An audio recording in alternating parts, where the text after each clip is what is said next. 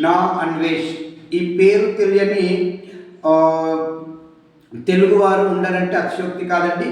చాలామందికి యూట్యూబ్లో నా అన్వేష్ ఏదైతే ప్రపంచ యాత్రికుడిగా తన వీడియోలను అప్లోడ్ చేస్తూ చాలామంది సబ్స్క్రైబర్లు కలిగినటువంటి నా అన్వేష్ ఈ మధ్యకాలంలో చేసినటువంటి కొన్ని వివాదాస్పదమైన వ్యాఖ్యలతో టోటల్గా అతని పరిస్థితి ఎలా తయారైందంటే మిలియన్స్లో ఉన్నటువంటి సబ్స్క్రైబర్స్ ఒకరిగా తగ్గుతూ ఇప్పుడు చాలామంది సబ్స్క్రైబర్స్ అతన్ని అన్ఫాలో చేస్తున్నారండి.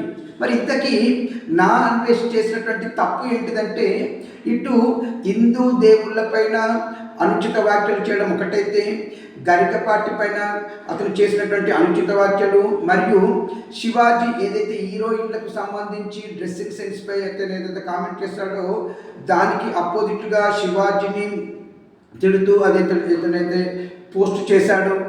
మొత్తంగా పలు వివాదాస్పదమైనటువంటి వ్యాఖ్యలు చేస్తూ మొత్తంగా ఇప్పుడు అతని పరిస్థితి సబ్స్క్రైబర్స్ అన్ఫాలో చేసే వరకు వచ్చిందండి. ఏది ఏమైనా నా అన్వేష్ ఈ మధ్యకాలంలో చేసినట్టు ఈ వివాదాస్పద వ్యాఖ్యలకు అతను తగిన మూల్యం చెల్లించుకోక తప్పదు.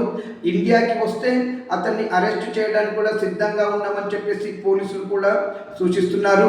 అతని పైన తెలంగాణలో వివిధ పోలీస్ స్టేషన్లో కేసులు కూడా నమోదయ్యాయండి.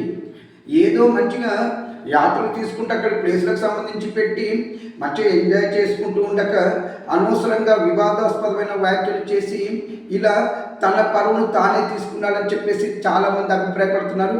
ఏది ఏమైనా నా అన్వేషణ చేసినటువంటి ఈ వివాదాస్పదమైన వ్యాఖ్యలను నేను కూడా తప్పుపడుతున్నాను. దీనిపైన మీ అభిప్రాయం నాకు కామెంట్ రూపంలో తెలియచేయండి. ఇట్లు దినేష్ గంగసాని.